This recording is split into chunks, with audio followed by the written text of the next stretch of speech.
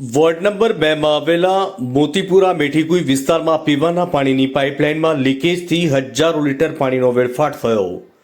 મોતીપુરા મેઠીકુઈ કરસનપુરાને જોડતો રોડ ઉપર પીવાના પાણીની પાઇપલાઇનમાં છેલ્લા એકાદ માસથી લીકેજને કારણે હજારો લીટર પાણીનો વેડફાટ થઈ રહ્યો છે. આ ઉપરાંત ડહોળું પાણી પાઇપલાઇનમાં જવાથી પાણીજન્ય રોગચાળો થવાની ચિંતા સ્થાનિક લોકોને સતાવી રહી છે. પાણીજન્ય રોગચાળો વોર્ડ નંબર 2 માં વકરે તેવી શક્યતાઓ રહેલી છે, તો બીજી તરફ મોતીપુરા આંગણવાડીને જોડતો રોડ ઉપર ગંદકીનું સામ્રાજ્ય જોવા મળી રહ્યું છે.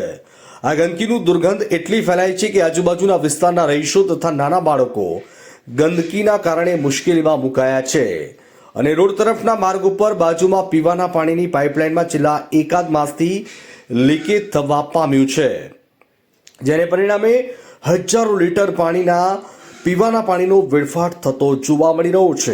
બીજી તરફ ગંદકીનું સામ્રાજ્ય જોવા મળી રહ્યું છે. જો લીકેજ અંગે કર્મચારીઓને મૌખિક રજૂઆત કરી હતી, તેમ છતાં પાણીની પાઇપલાઇનનું લીકેજનું રિપેરિંગ કામ કરવામાં આવતું નથી, જેને પરિણામે પાણી બંધ થતાં દૂષિત પાણી લીકેજ પાઇપની અંદર જાય છે અને આસપાસના રહીશોને પીવાનું પાણી ડહોળું આવવાની ફરિયાદો ઉઠવા પામી છે.